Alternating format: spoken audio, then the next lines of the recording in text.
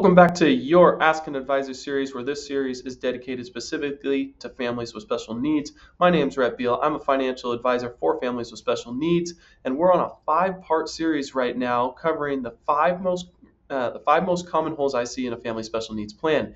And the fourth part, which we're going to cover today, is most families or many families are lacking a housing solution or a housing plan for their child experiencing disabilities. And this one is the hardest one to bridge because all parents, and I completely understand, it is absolutely terrifying to think, who is going to care for my child after I'm gone? Where are they going to live outside of my roof, my house? Terrifying. Because the truth is, no one is going to be able to care for your child like you are. It's the truth. You've known your child since the very beginning. You've been with your child for so many years, particularly the parents that are older and have children in the 30s, 40s, or even 50s, right? That is what has been developed into the normal routine. And to think your child may need to be cared for or provided for or have a support team of someone else other than you is absolutely frightening because you've been their biggest advocate. But it's also the most crucial thing that you can do to prepare your child and and set up your child for success in their future. Because the truth is, if you wait, there's going to be a sudden event, and that sudden event is going to be absolutely terrifying for your child. And now you're also not able to ensure that everything that you dreamed about their future goes according to plan. Versus what is better and what is preferred. And I know it's scary, but we got to take the first step because it will take time.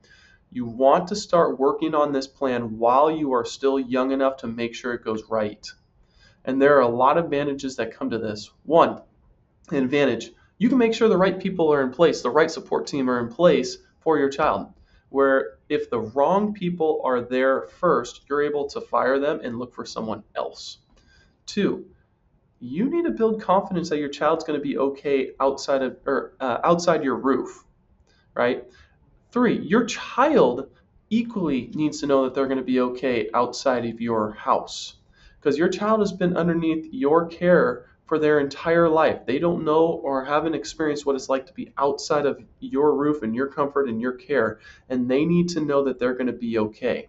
So there's significant peace of mind that can come from both you and your child seeing, feeling, and experiencing what it's like to have that transition and that housing solution in place. So crucial. I know that it's difficult to do. I know there are so many different options, or actually sometimes very limited options, but we have to start this process, and it will take time and it will take years. And I promise you, just off the bat, it probably won't go right the first time.